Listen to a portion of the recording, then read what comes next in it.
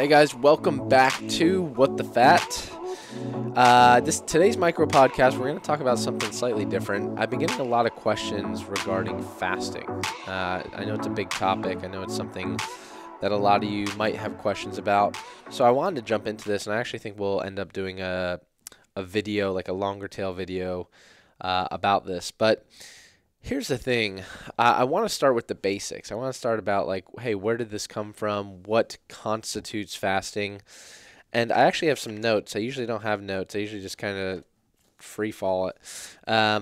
But I wanted to pull some notes. Like if you literally look at Urban Dictionary, they define fasting as when you consume no food or drink with the exception of water for a set period of time. Dictionary.com defines it as to abstain from all food. And Merriam-Webster defines it as to eat sparingly or abstain from some foods. So literally, we don't even have like a true definition for what this is. And I think that's where a lot of ambiguity and confusion kind of comes from of what really constitutes fasting. And if you go back to the origins of where fasting really came from, you see it in the Bible in both the Old and New Testament over 50 times, which is pretty incredible. And they talk about it a lot. In Psalm 35:13, David said he humbled himself with fasting. Matthew 4:1, Jesus went to the wilderness to fast for 40 days. That's the one that a lot of people have heard of or talk about. Matthew 6:16. We learn that we aren't to look somber while fasting, so it's not obvious to others when we are fasting. I'll touch on that a little bit more. But it's clearly been utilized, and it's discussed and talked about a lot inside of the Bible. And so the question becomes, at the end of the day, what is the goal? What is the goal of the fast? Are you trying to do like a spiritual fast? Are you trying to do more of a biblical fast? Are you trying to do more of a therapeutic fast? Are you trying to do more of a fat fast? Whatever you're trying to do, it all comes back to what is the goal. That's what matters. So if you're doing it for religious reasons, it's a completely different ball game, right? It's something like the intent or the focus of it is in essence to bring you closer to a union with God. Like that is the goal of fasting when you're doing it mainly for spiritual reasons, right? That's what it was used for. That's what it was oftentimes discussed about. Like God talked about periods of fasting, and it wasn't if, it was when you were fasting. Like there was no if, it was when.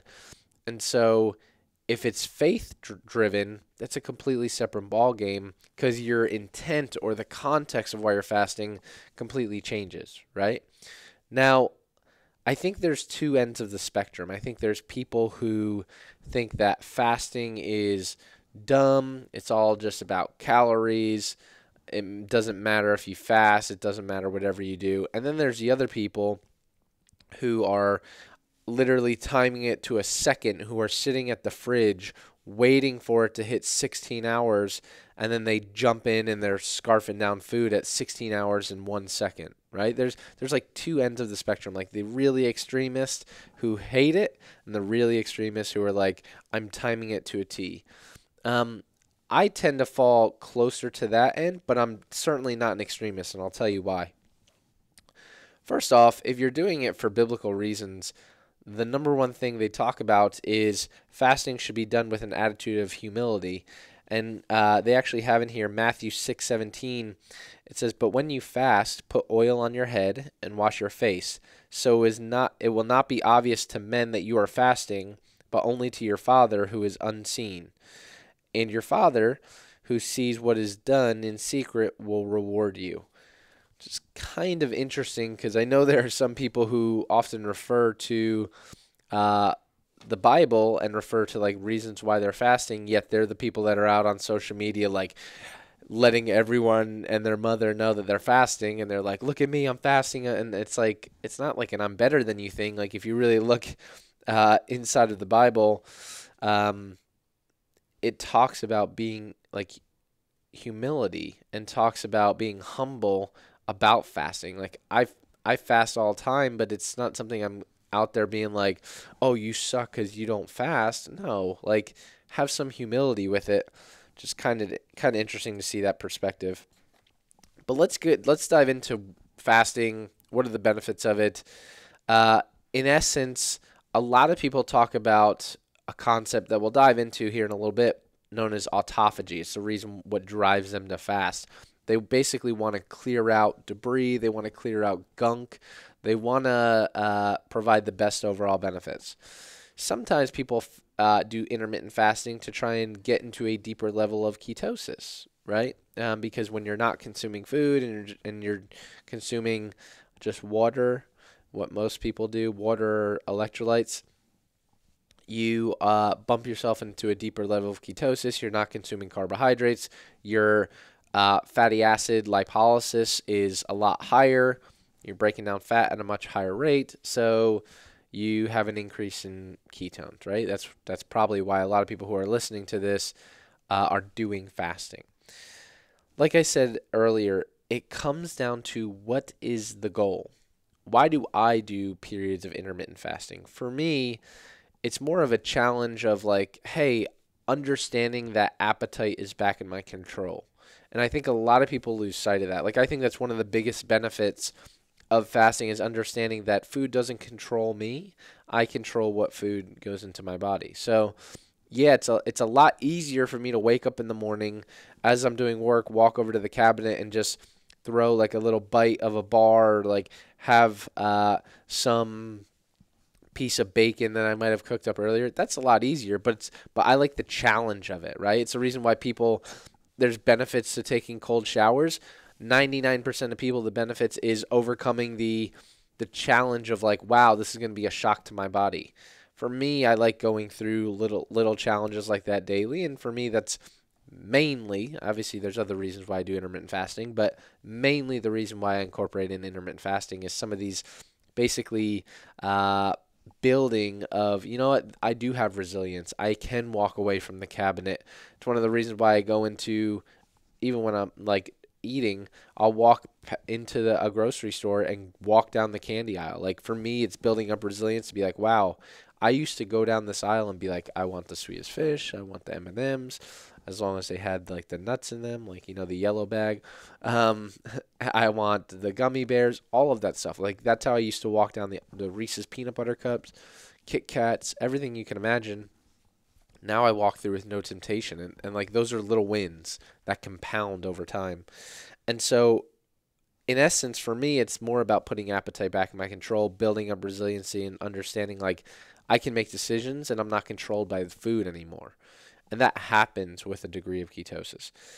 The one thing I want to recommend to people, because those of you who are listening, you probably have experimented or done some sort of intermittent fasting. And just like people talk about keto police, there's like fasting police, right? Like, oh, you need to do 14 hours. You need to do 16 hours. You need to do 24 hours. It only needs to be water.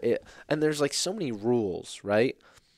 At the end of the day, please, if you take away one thing from this podcast, it's about context and the intent of what you're trying to accomplish and what you're trying to do with the fast.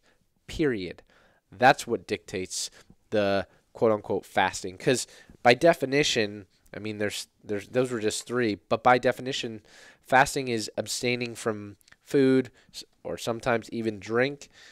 Like, does that mean water breaks your fast? Does that mean, like, there's all these different people where they come out of the woodworks and they're like, oh, that's not true fasting. That's not true fasting. By definition, you can call it whatever you want. Like, fasting is just a word that people relate to, that can come to terms with it. But if you're having butter in your coffee, if you're having MCT oil, if you're having exogenous ketones, that's the biggest question I get. Is that breaking a fast? And I want to dive into that.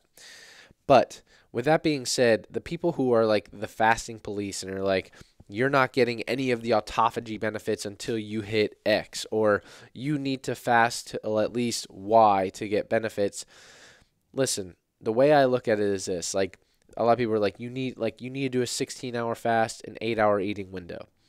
And I look at it and I go, well, if I get hungry, and like meaning that I am really hungry. It's not just like I walked past a bar, I walked past a treat that I wanted to have, and it's just like the fake hunger. Like, I'm legitimately hungry. My body's telling me I'm hungry at the 15-hour mark. Is it better for me to eat at the 15-hour mark and go, you know what, I'm going to break my fast now, versus waiting until 16 hours and 1 second and likely probably overeating by another 250 or 500 calories? You know what I mean? Like, because I am that type of person, and I know myself. You guys might be completely different, but I know there are some people who probably are the same way. It's like, oh, the minute I put a clock on it and I'm like, oh my gosh, I can't eat till 3 o'clock today. The minute 3:01 hits, I'm like, oh, maybe I'll have like an extra bag of pork rinds, or maybe I'll have like an extra piece of whatever. And my calories gone up, when in actuality, maybe if I just would have eaten at 1:30, even though I wasn't fasting as long, uh, I would have eaten 200 or 500 calories less. At the end of the day, I use this term net. What probably matters more is you not eating as much and not having like this binge. Because trust me, I've been there, where you think like, oh, cool, just because I fast, I can binge on whatever I want. Trust me, I was one of those people. Like I was the person who would fast for. I like the first time I did a 24-hour fast, I did a 24-hour fast and then immediately went to a Brazilian steakhouse and probably ate 10,000 calories. Like, there's no doubt in my mind it was probably 10,000 calories. Does that mean you should never go to a Brazilian steakhouse? No, but like for me it was like the reward of, look at what I accomplished. Now let me throw down 10,000 calories. That's not the way to approach things at all. And so I don't like this like binge as a reward sort of concept. That stems down the whole eating disorder thing that we talked about a couple weeks ago. I don't love that. So my thought is, if you're getting hungry, like, yeah, obviously you need to understand the difference between like, am I just wanting something, or is my body actually telling me I'm really hungry? I want to eat right now. Because yeah, like in the morning I wake up and sometimes I'm like, wow, like I'm pretty hungry, but it's because my mom just made keto brownies the night before, like made keto cookies, and they're sitting in my fridge. Like that's not true hunger. That's false hunger. It's just because there's something there that's waiting. But on the weekends, if I wake up and I'm like, you know what, like I'm hungry, I'm gonna be active today. We're gonna go take Scoot to the park. I won't fast, and I'll just listen to my body and eat. I think that's ultimately the goal, is eating intuitively. And for most people, they see success with fasting because they're not hungry on a ketogenic diet in particular. So the last thing I want to touch on, because I don't want to take up too much time, but I hope you guys just get the overall theme of what we're trying to talk about this week. And we'll end up I want to do more YouTube videos breaking some of this stuff down, because I think there's a lot of misinformation out there, and I just would love to give my insight of what I'm seeing and even break down some research to analyze it for you guys. But the number one thing I've heard, or the last two things I want to touch on, is people go, well, I want to get autophagy. So autophagy, like I said, imagine you have pipes inside of your body and they get filled with gunk and debris, similar to like your kitchen sink. Autophagy is like putting Drano down there and like cleaning it out and having your cells eat up all the debris and dead stuff and like getting all the waste out. That's what people refer to as like autophagy, self-cleaning. In that case, the best way, like people go, oh, you need to fast for at least 48 hours to get autophagy. I mean, the research on that's extremely limited. If your goal is solely autophagy, you want to know the number one way to get autophagy, go do high intensity interval training. Go do resistance training. Go run and do sprints on a treadmill. I guarantee you'll increase autophagy. So I don't like that people are spouting this, oh, you need to fast for really long periods of time in order to get autophagy. Maybe, but you can get it in other mechanisms. Like, you are getting some autophagy just being on a well-formulated ketogenic diet. You are getting some autophagy with doing sorts of intermittent fasting with some exercise. You're definitely getting it with high-intensity interval exercise. So I think a lot of times there's just misconceptions because people want that. They see the end goal, they want the autophagy, but they go, the only way I can get there is by depriving myself for the next 4 days. They feel miserable, they're horrible, and then they end up binging like me and going to a Brazilian steakhouse or eating some garbage afterwards. And it's like, did that really help? right? Did that really help? You just flushed a ton of junk down your system right after you cleared it all out. It's almost as bad as like the people who get chemo and people in the hospital come around with like drinks, and I don't think it's either of their fault. Like it's a lack of education. It's one of the reasons why I talk about being on offense and being louder. But these people are going through the worst battle of their lives. They're going through chemo and radiation, and then they come out and they throw down a soda or a Sprite or a Dr. Pepper with 20, 30, 40 grams of sugar, and like you're feeding what you just tried to kill. Same things here. Like if you're trying to create autophagy and then you go and binge, probably not the best thing. You know what I mean? The last thing I want to touch on is people go, well, what constitutes fasting? Like I said, I hope you got plenty of insight of my perspective already. But in essence, for those of you who are on watching this on YouTube, for those of you who are listening to it just audio, I'll post a link to this. But if you want to look it up, go to Google Scholar and look up the title, Carbohydrate Restriction Regulates the Adaptive Response to Fasting. This has been the study I've used all the time to talk to people about what really constitutes fasting. And I'll go through the abstract because I think a lot of times we get asked, well, if I put butter in my coffee, does that still count as fasting? If I put MCT oil, what if I consume exogenous ketones? What if I have electrolytes as long as it doesn't have any carbs in it? You know what I mean? Like these are all questions that I'm sure you have or that someone you know has. Well, like I said, it all comes down to context, but if you're actually looking at the physiology of what constitutes fasting, here's the study. So they did a study where subjects fasted for 84 hours, like complete fast, for 84 hours, which is a pretty long time.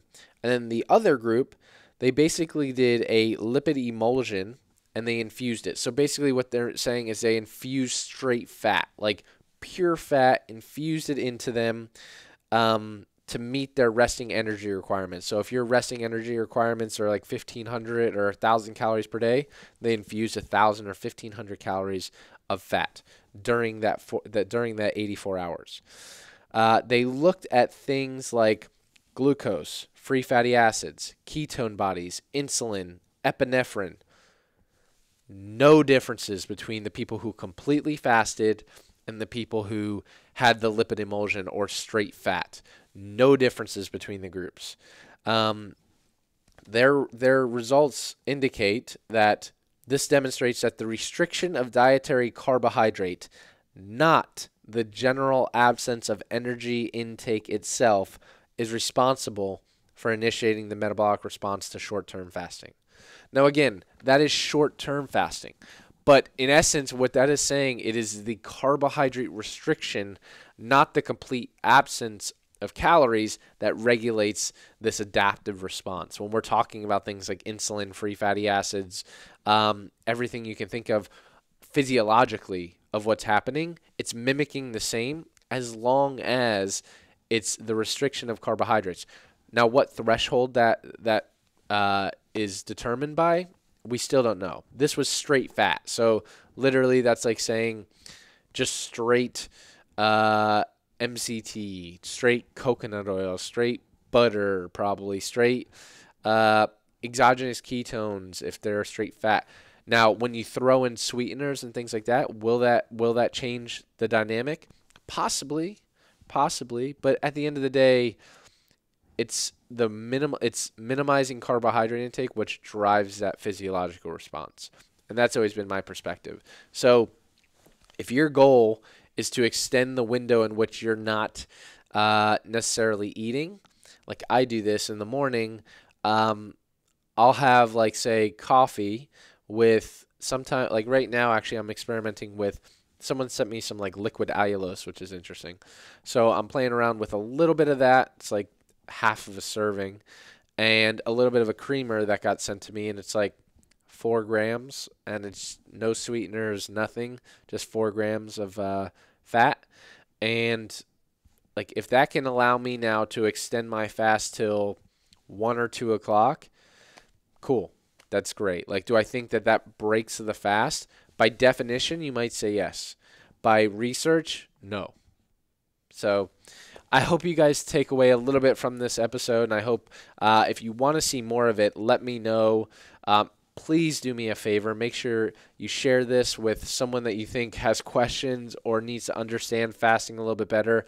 And the other thing is, write a review on iTunes or wherever you can write a review. I'd love to hear more from you guys and love to get insight about what other things you want me to talk about, not only on this micro podcast, but also other guests you'd love for me to bring on. So I love and appreciate you guys tuning in, and love and appreciate all your guys' feedback. So with that being said, make positivity louder. I'll talk to you guys later.